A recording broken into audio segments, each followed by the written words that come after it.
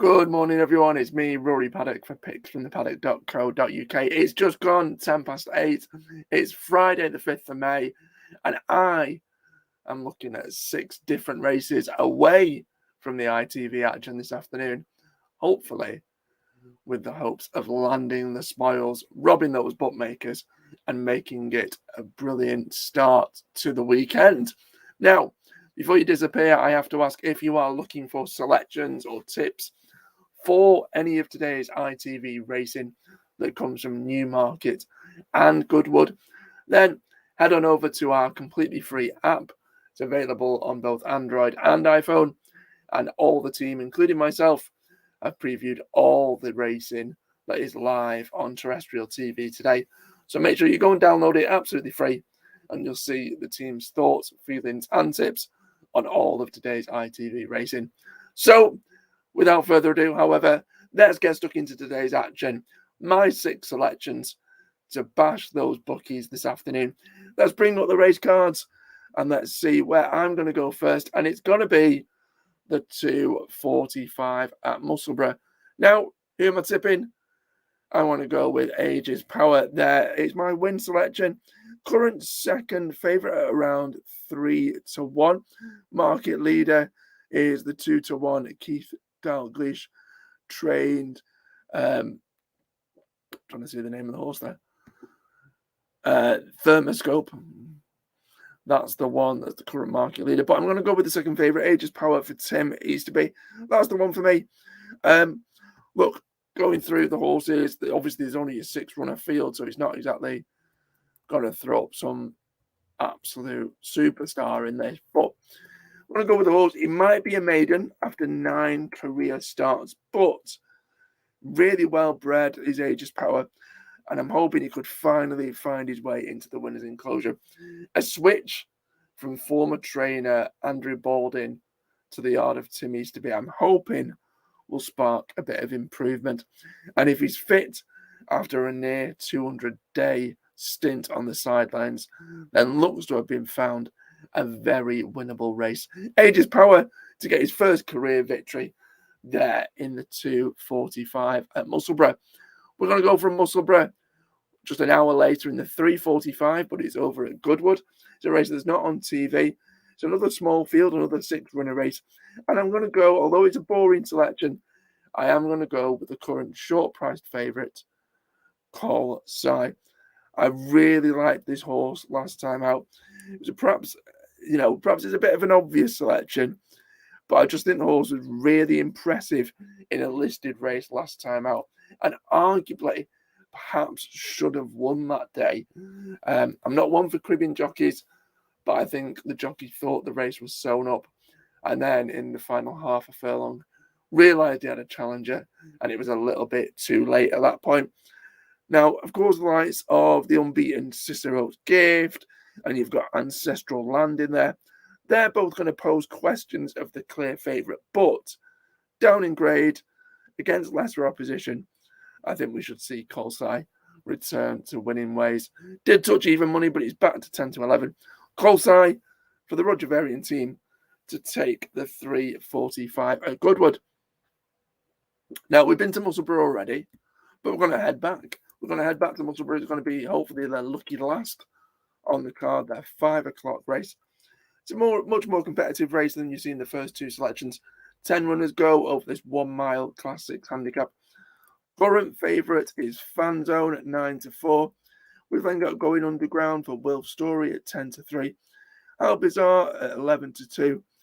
And it's 15-2 bar the remainder. Non-runner, Scarswood Lady, Barry Murter trained horse.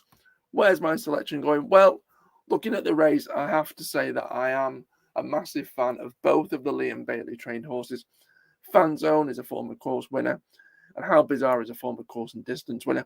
However, of the two, it's the one that seems to be the second string, How Bizarre, that gets my vote. Let me bring that up on screen here. Currently at 11-2, I think How Bizarre is a really decent each way selection there for the Liam Bailey team.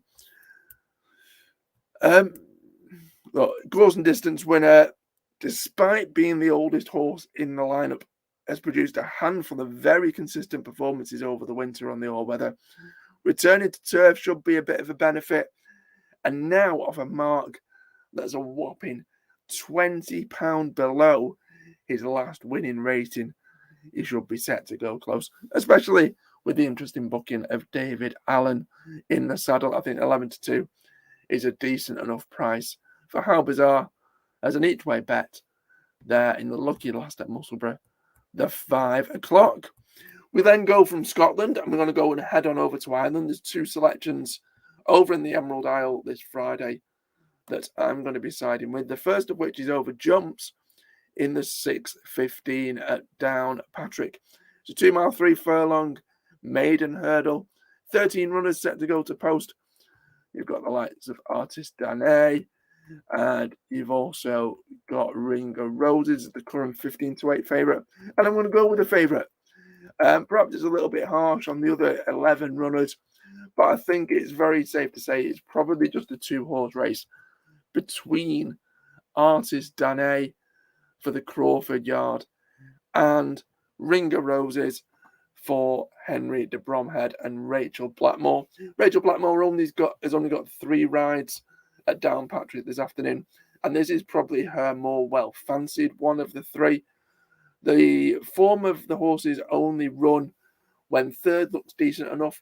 The winner ended up, or was thought good enough to go to Cheltenham and compete in a Grade 1 race the time after that.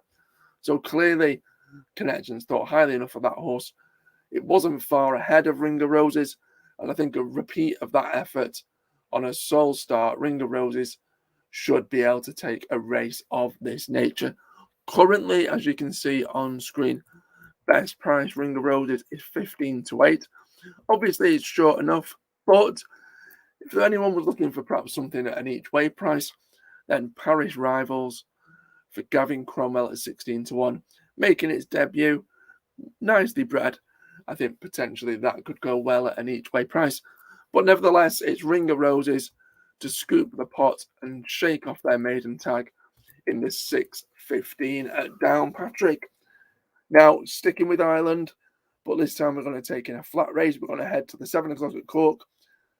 16 runners are going to go to post for this 7 furlong handicap for horses rated 47-65. Current market leader at 10-3 is McAdam's Rock for Hilary McLaughlin, and Chris Hayes is booked for the ride. But that's not the one for me. The one for me is the Sheila Lavery trained Markovitz. Number 13 on the race card, currently best price of 9-1. It's going to be an each way selection. Obviously, with 16 horses going to post, that's probably the best option here in terms of punting. Looking through the runners and riders, obviously the 16 horses, and looking through the form, finishing 9th in 4 of his last 5 starts, it hardly springs a 10-ton of confidence in Markovitz, but don't let that put you off. The race looks weak at best, and you wouldn't need an overly talented horse to win it. Trainer Sheila Lavery, she has her horses going well. She's had 3 winners in the past 2 weeks. She's obviously got her 5-year-old Markovitz in this. Finished a credible 9th of 23 when last seen here at Cork, and returns with a lot less weight to carry this time around. If a return to turf can spark some sort of improvement back to life, then he's capable at decent odds, and has also attracted a bit of support in the market. Was double figures last night and is now 9-1. Decent jockey on board as well, Robbie Corgan.